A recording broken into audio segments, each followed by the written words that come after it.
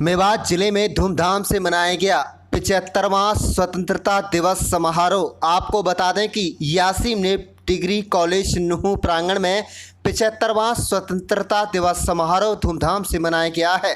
स्वतंत्रता दिवस समारोह में खेल राज्य मंत्री संदीप सिंह ने मुख्य अतिथि के रूप में शिरकत कर ध्वजारोहण किया।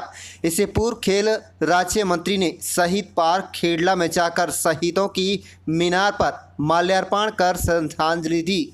स्वतंत्रता दिवस समारोह को संबोधित करते हुए खेल राज्य मंत्री संदीप सिंह ने कहा कि आज गौरव का विषय है कि आज हम 75वां स्वतंत्रता दिवस समारोह मना रहे हैं। खेल मंत्री ने कहा कि स्वाधीनता के अमृत महोत्सव पर सभी प्रदेशवासियों को हार्दिक शुभकामनाएं देता हूं। उन्होंने कहा कि देश की सीमाओं पर जो वीर शहीद हुए हैं और देश की रक्षा की खातिर दिन रात अपनी सेवाएं दे रहे हैं, उन सैनिकों व उनके पूर्वजों को मैं नमन करता हूं।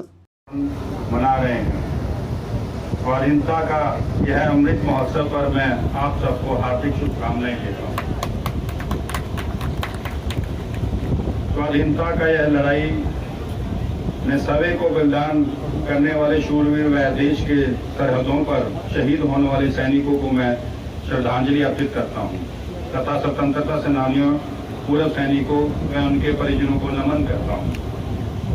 राष्ट्र के सामाजिक व राजनीतिक उद्यान में महात्मा गांधी, डॉक्टर श्यामा प्रसाद मुखर्जी, पंडित दीनदयाल उपाध्याय जी, लौह पुरुष सरदार वल्लभ भाई पटेल तथा पूर्व प्रधानमंत्री श्री अटल बिहारी वाजपेयी सहित अनेक राष्ट्रीय भक्तों के योगदान को कभी भुलाया नहीं जा सकता। आपको पता है कि 5 अगस्त का दिन भारत में ऐतिहासिक बदलाव की साक्षी बन गया है।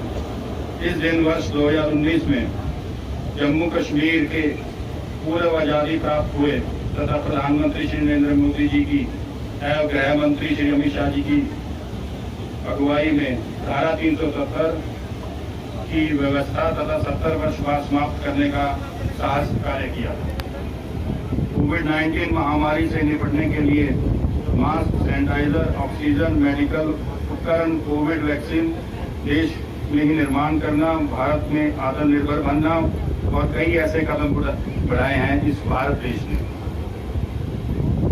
राज्य में महिलाएं, बुजुर्ग तथा जरूरतमंद लोगों को सहायता की है हमारे राज्य सरकार ने।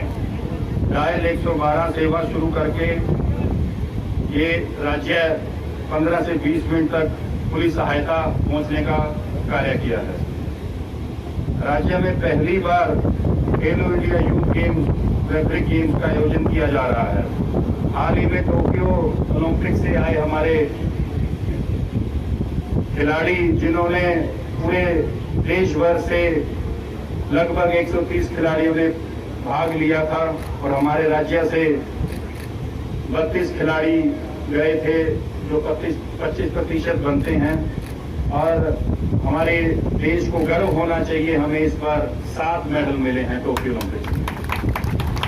और वो 7 मेडल, जिसमें से 6 इंडिविजुअल और 1 टीम गेम हॉकी में 41 साल बाद मेडल आया है। और जो गोल्ड मेडल एथलेटिक्स में भारत ने लिया है वो खिलाड़ी भी हरियाणा से ही है।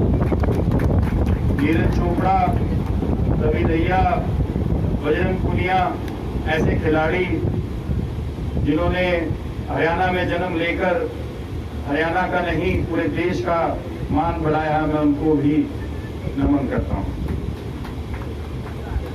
हमारी सरकार सड़कों की व्यवस्था को मजबूत करने की दिशा का काम कर रही है।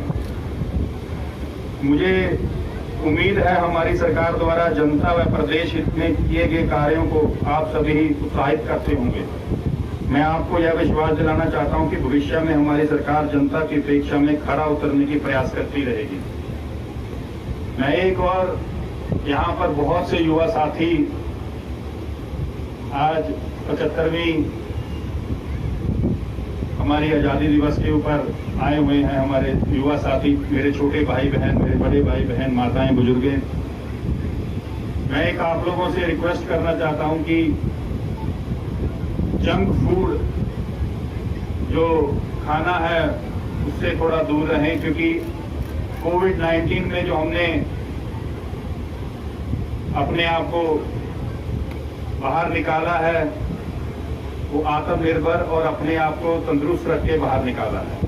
तो मैं चाहूंगा कि आप लोग इसका सेवन कम करें और कम से कम करें। और मेरे युवा साथी जो 18 साल से थोड़े कम आयु के हैं और वो 2 व्हीलर्स, बाइक, स्कूटी आदि चलाते हैं, तो मैं उनसे रिक्वेस्ट करता हूं कि आप लोग अपना लाइसेंस बनवाकर उसकी पूरी तरह से सीख कर ही ये शुरू करें, क्योंकि उससे बहुत से एक्सीडेंट होते हैं और आपके माता पिता को कभी कभी दुख होता है कि अगर आपका कोई एक्सीडेंट हो, आप चोटिल हो जाएं।